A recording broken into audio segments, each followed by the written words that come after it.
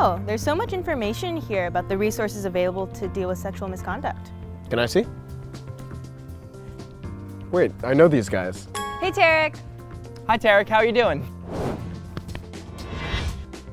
Maya, Charlie, what are you guys doing here? We tend to conveniently show up when Yale students have questions. So you guys know each other? Yeah, we go way back. So I'm guessing you guys are here to tell me all about Yale's policies and resources? Of course. Let's go. Have fun. So I know sexual misconduct is a really broad term. What are Yale's definitions? That's right. Before we go over any of the resources, we have to go over the definitions. Yale's full definitions and policies are in this booklet and online if you want more detailed information. Right, but basically it's a conduct of a sexual nature that is not consensual, that has the purpose or effect of threatening, intimidating, or coercing someone. The most common form of sexual misconduct is sexual harassment. This includes any unwelcome sexual advances or other behaviors that create a hostile professional or academic environment. Okay, and what about things that are posted online? That's a good point. This behavior could be in person or digital, but usually it's an ongoing pattern. But if it's severe enough, it's a one-time thing. Right. And so then what is Yale's definition for sexual assault? Before I go over Yale's definition of assault, I'd have to go over consent. We have a very high standard of affirmative consent here. Consent is a positive, unambiguous, and a voluntary agreement to engage in a specific sexual activity throughout a sexual encounter. Consent cannot be inferred with the absence of a no. A clear yes, verbal or otherwise, is necessary. So then sexual assault is any sexual contact without consent. This includes rape, but also any sexual touching or groping. Without affirmative consent, it's assault. That makes sense. And what about when someone is drunk? That's a good question. Engaging in sexual activity with someone that you know or reasonably should know to be incapacitated is sexual misconduct. Hey, Sam. Hey guys. Sam is a communication and consent educator. That's right. The CCEs are a group of undergraduates working to build a positive sexual climate throughout campus. The first year workshop is one of the many ways we do that.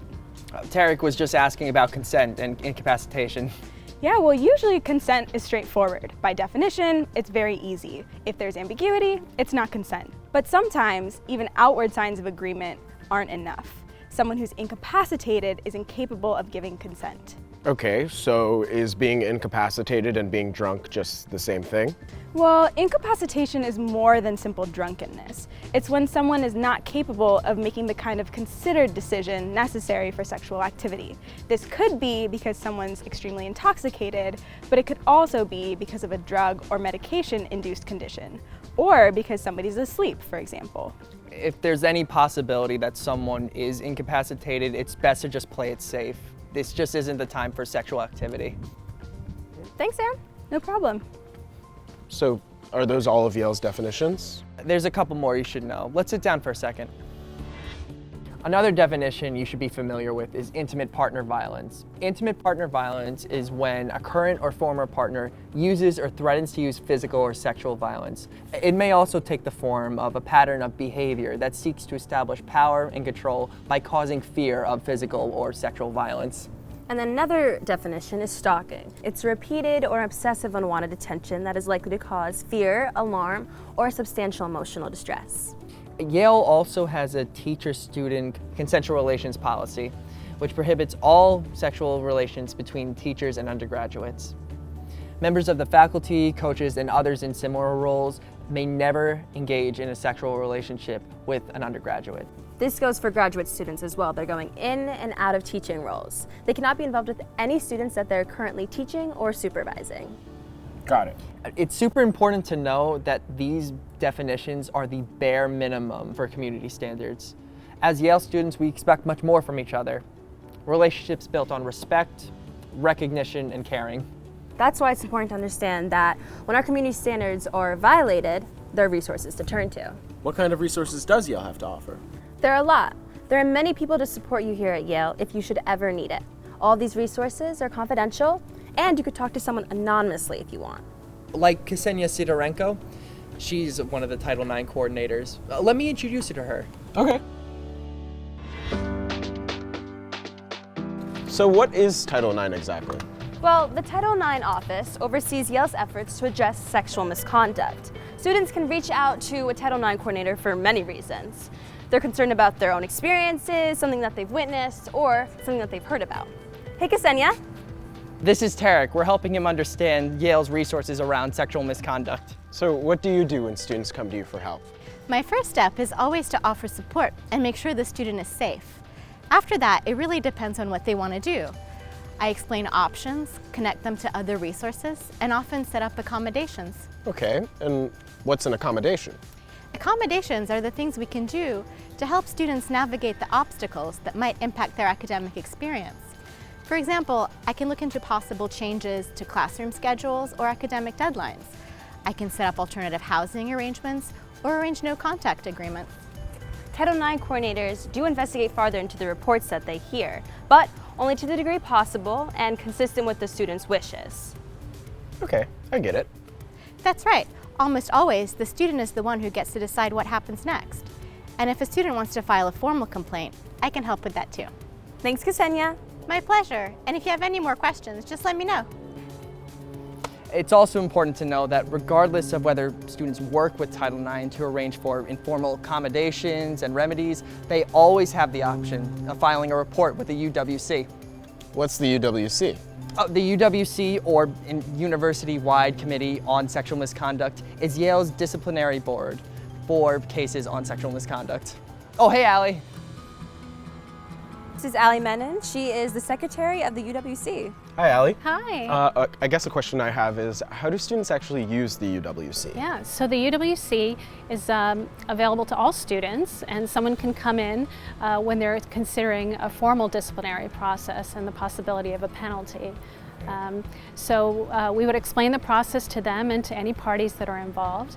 And then even for students who are considering bringing a formal complaint but aren't sure whether they want to, they can also come in and talk with us, and we'll explore all their options with them. Awesome. Do you have any questions? No, but if I do, is there a way that I can contact the office? Or? Absolutely. So in the brochure that you have is all of my contact information, so don't hesitate to reach out if you have any questions. Perfect. Thanks, Allie. Oh, you're welcome. Bye.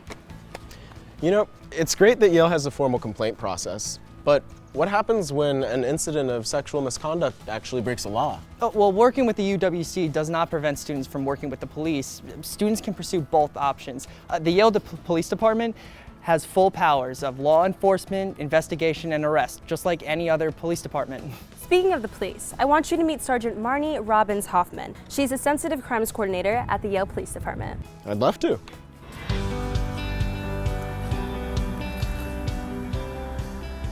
Hi, I'm Sergeant Hoffman. Nice to meet you. Tarek, nice to meet you. We're showing Tarek around and explaining to him the support services that Yale provides. Could you explain to him your role at the YPD? Certainly. So I'm a sergeant with the Yale Police Department. As a sensitive crimes coordinator, I work with victims of a sensitive nature, so victims of stalking, sexual assault, intimate partner violence, harassment. I talk about the criminal justice process, and I talk about all the options they have. I also do safety planning, to include talking about orders of protection and the Live Safe app. That's great. And what about if somebody wants to come to the police but they're unsure or the situation makes them nervous? Perfectly understandable. I don't wear a uniform, I usually wear a suit, so hopefully that puts the students a little more at ease. We can meet here at the police department, but I'm also available to go where somebody feels more comfortable, such as their dean's office or the sheriff's office. And if you have any other questions, please let me know. Will do. Thank you. Thank you. Okay, so we've got the Yale Police Department, Title IX, and the UWC. Yeah, and sometimes people just prefer to talk to someone that they already know. Someone like a FROCO, a CCE, a dean, a coach, a head of college. These people can offer support, explain the resources, and plan out the next step. Many of these people, faculty, administrators, and even some students in leadership roles, will also share this information with the Title IX coordinator. That gives the Title IX coordinator an opportunity to reach out to the students that need services and support. Now, last and certainly not least, there's SHARE. I've heard of them. Yeah, SHARE is staffed by professional counselors and will offer information, advocacy, and support for members of the Yale community who have experienced sexual misconduct. They're open during their business hours for walk-ins and appointments, or by phone 24/7. Let's go check out the office. Sounds good.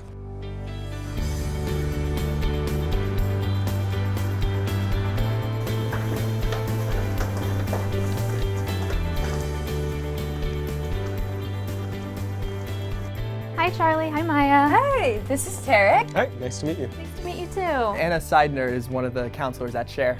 Oh, okay, so how do you help students when they come in? Yeah, so students can come in for a wide range of concerns related to sexual misconduct. It could be something that happened before they were at Yale or during their time here. Nothing is too big or too small to bring to the Share counselors. And we can help the student to process their experience, come up with ways to cope with day-to-day challenges they might be facing, or set up ongoing counseling depending on what feels right to them. Share helps coordinate medical treatment. They go over the options of reporting a situation, and they basically help anyone that has experienced any form of a sexual misconduct. Yeah, absolutely. And we're also available if the person would like us to talk to a friend, a suite mate, or a family member. Share can also help people access the other campus resources we talked about today. This is why we often say Share is a great place to start. Thank you so much, Anna. Thank you. Come by anytime.